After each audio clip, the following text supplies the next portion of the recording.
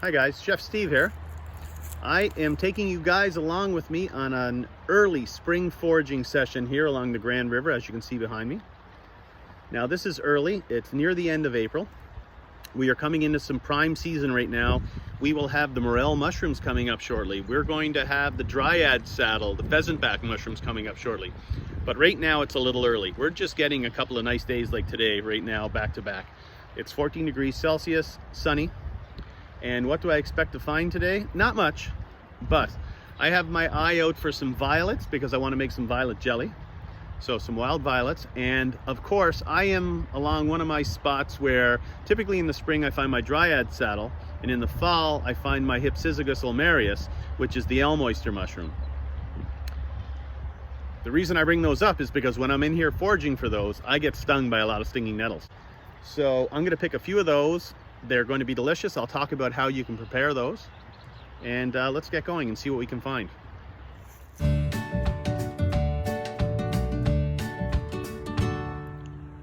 So I've just found a great spring forage item, guys. Here it is. Let me show you what it is. Wait a second, I'm not going to grab that. Do you know why, guys? This is stinging nettle. Now, if I would have grabbed that, I would have been in for a world of hurt. Let's see if I can show you the stings here. See those little hypodermic needles running down the stem? Those little silvery looking things? Let's see. Oh, there's a good shot of them right there. So these stinging nettles, if you grab them, they will inject histamine and a bunch of other chemicals inside your body, and it causes an itching and painful reaction. Mind you, they are absolutely delicious. They make a great pesto, as well as a number of other things. You can eat them like spinach.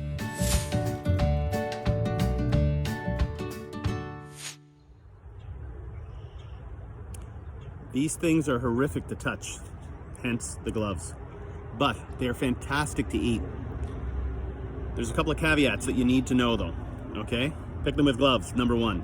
Number two, to get rid of that chemical stinging sensation, blanch them in boiling water. Very quickly, they have to go in the water, boiling water, pull them out with some tongs or something, and then you can use them just like spinach. Handle them with your hands, chop them with a knife, ingest them, and they're perfectly fine after just a couple of seconds of boiling. Now, this is the time of the year to pick these things. Once they go into their flowering stage, they contain a gritty-like substance. I think it's called cystolith. I may not be pronouncing that correctly. I don't even know if I'm pronouncing many of the words in this video correctly. But these gritty-like particles will upset the urinary tract. And who wants that, right? But do not worry this time of the year. Springtime, when they're only a couple of inches off the ground, even up to the point where they do grow probably 24 inches high, for the next month, they're perfect. And interestingly enough, this time of year, they contain up to 25% protein, which is really, really, really high for a leafy vegetable. So get out in the woods and pick these stinging nettles. Don't get stung.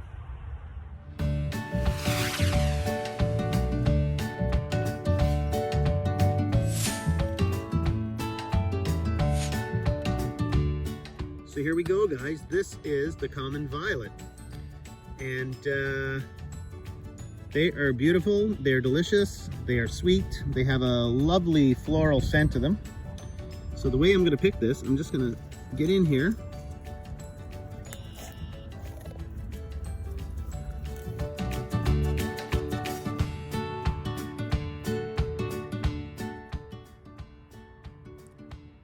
And now I just need to find another 2,000 of them to make a batch of jelly.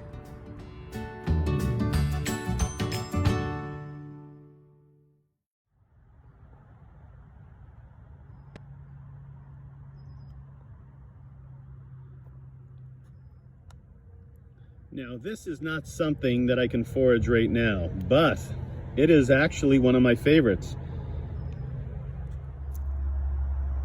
This little beauty right here is going to be a Dryad Saddle. So this is just the beginning development of the pheasant back mushroom, or the Dryad Saddle mushroom. And they are not an extremely popular mushroom, but I love them. If you get them early enough, they are so tender, so sweet. When you pick them, they smell like watermelon rind. And depending on how you utilize them, listen, everything's better with butter, right? Saute them up in a little garlic butter on a steak, to die for. I hate that term, to die for. They are delicious.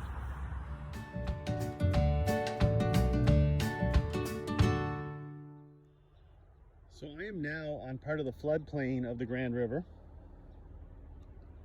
Now this spot is my go-to fiddlehead spot.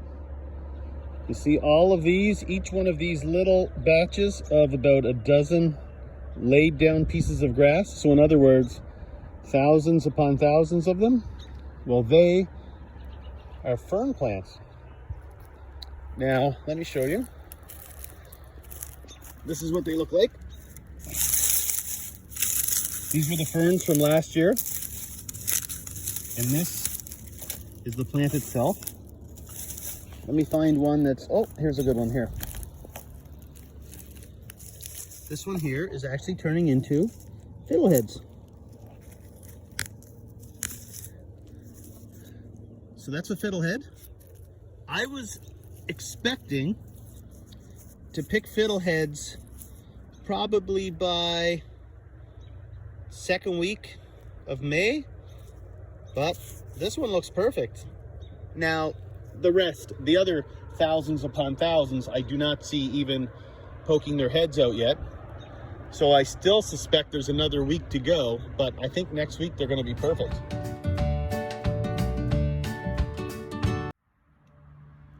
So why is Chef Steve taking a video of dandelions right now? You know, the old weed from the backyard, dandelion. Well, folks, look at this. Besides the flower, there are these beautiful little babies right here.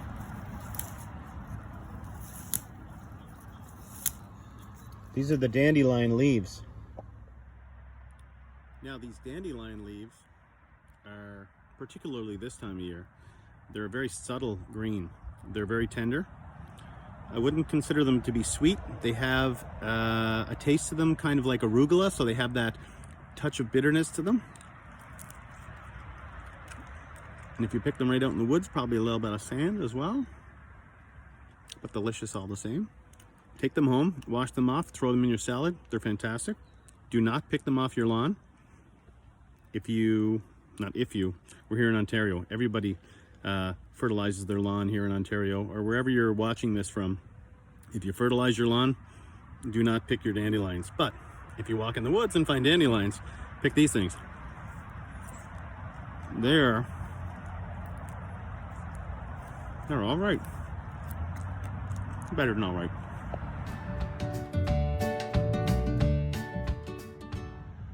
So guys, the day is turning out better than I expected. This one here is an invasive species called garlic mustard. Anyone living in southern Ontario has seen this stuff taking over the roadsides, their backyards, their gardens. Now, you can actually use the mustard seed in the fall and just use it like normal mustard.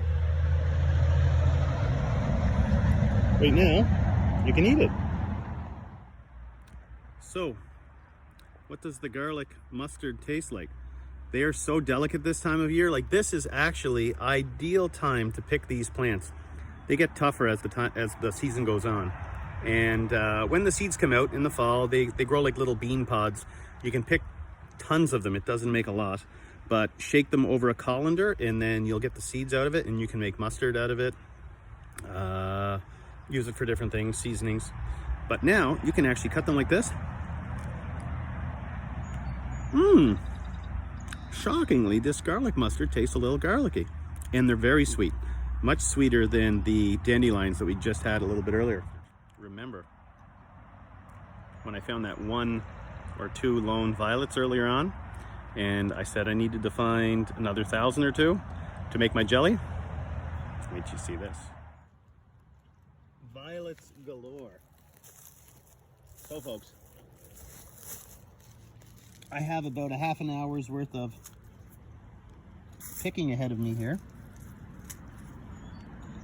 And hopefully at the end of this video, I'll be able to show you some violet jelly. I seriously didn't know this violet patch was here. I was just hoping to find enough today, and I found a patch that's more than big enough for this violet jelly. So, once again, 2 cups of water boiled, pour them over the top of these into a mason jar, and I'm gonna let them steep for 24 hours. And then tomorrow I'm gonna make my jelly, which involves some sugar and it involves some pectin. And it makes a gorgeous, gorgeous violet colored jelly, which is great with lamb, great on crackers with some sharp cheese.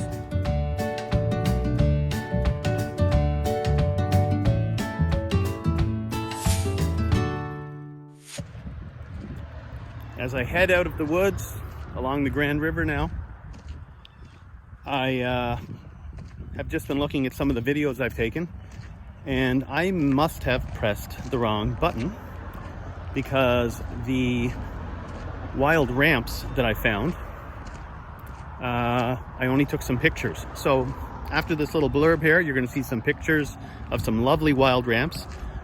Those of you who don't know what a ramp is, it is a wild leek that grows throughout many parts of Canada, particularly here, southern Ontario. Quebec was very, very, very famous for wild ramps, except for the early French settlers that came over, destroyed the forests of their wild ramps, and now in many, if not most parts of Quebec, it's illegal to pick them. Hopefully on another video in about a week or two time, because they're going to be perfect then. They are actually around their prime at the same time as the fiddleheads. I'll do another video and show you how to harvest them ethically. And they are an absolute treasure this time of year.